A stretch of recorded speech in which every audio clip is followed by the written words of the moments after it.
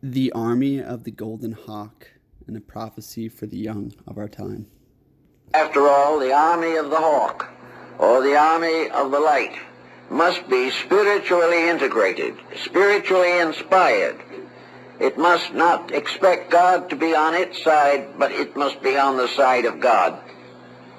And in these dedications and reconsecrations, thousands, millions of young people who grew up in a generation of atheism and agnosticism are beginning to recognize the tremendous need for spiritual integrities. And gradually this change in human nature is going to result in the development of the protecting army. The army of the light is also being formed. And somewhere along the line, the army of the light must face the army of darkness. And if the light is sincere and honest, then the darkness will be overcome. No corruption can withstand the strength of direct and honorable virtue.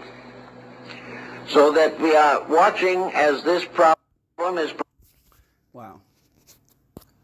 I like Heraclitus saying that change is the result of strife and necessity. Change is the result of strife and necessity. In our own personal lives and on a collective level, we see that to be true. Manly P. Hall was just talking here and saying that cause and effect is not an annihilation kind of law. In the sense of if you continue to do wrong or move out of integrity in your own life, let's say you continue to drink, and even though it's hurting your life and you're hating it, it's going to become more and more painful until the point where the pain is too great and you have to change your ways.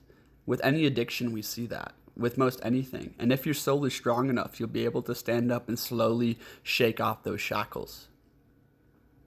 So it's like cause and effect is not a nihilistic in that sense, is that these effects that you're creating in your life by moving out of integrity, they create the pain that demands change, that demands you learn a new way, that you find a new path.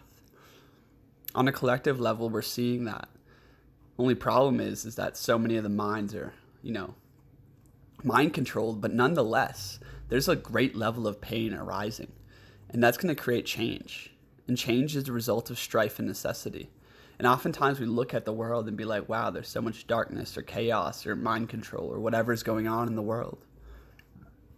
And we just must realize that as the gates of hell open, as that polarity arises, so do the gates of heaven. And when that pain is great enough, there will be the exodus. There will be the exodus from that way of life. And there will only be one option. And that one option will be to live in righteousness and integrity. And these integrities that we're talking about, they're energetic. Like, it's a scientific measure of integrity in the sense of when we move out of integrity, when we do things that harm ourselves or others, we are harming our own magnetic field. When we hold attitudes that are outside of alignment with uprightness, per se, right? That are maybe selfish or lustful or whatever they are harming our own magnetic field, which is going to result in pain or disease or weakness or these types of things. And as our life, as we live in those effects, we want to change. We want to live into integrity. And integrity is scientifically measured by the fact that, holding attitudes, actions, thoughts, and feelings that are going to strengthen your magnetic field. And as your magnetic field strengthens, you strengthen those around you. And when this exodus comes, when the strife is too great, right, and people get together in integrity with their own magnetic fields, and that magnetic field has created a collective field like that.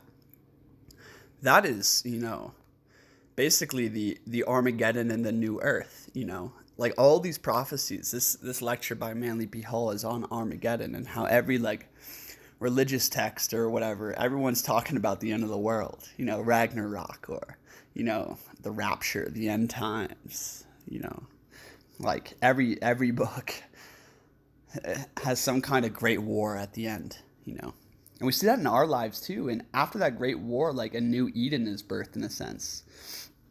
And it's almost like the earth works in cataclysms. There's great cataclysms that come that establish a new way. And in our own lives, we see that too, that, we find And after a while walking that path, we need to shake off that shell. We need to transform. Things are hurting us, and when the pain becomes too great, it's almost like the war ensues. But yeah, that's just some thoughts about prophecy and the new earth coming here.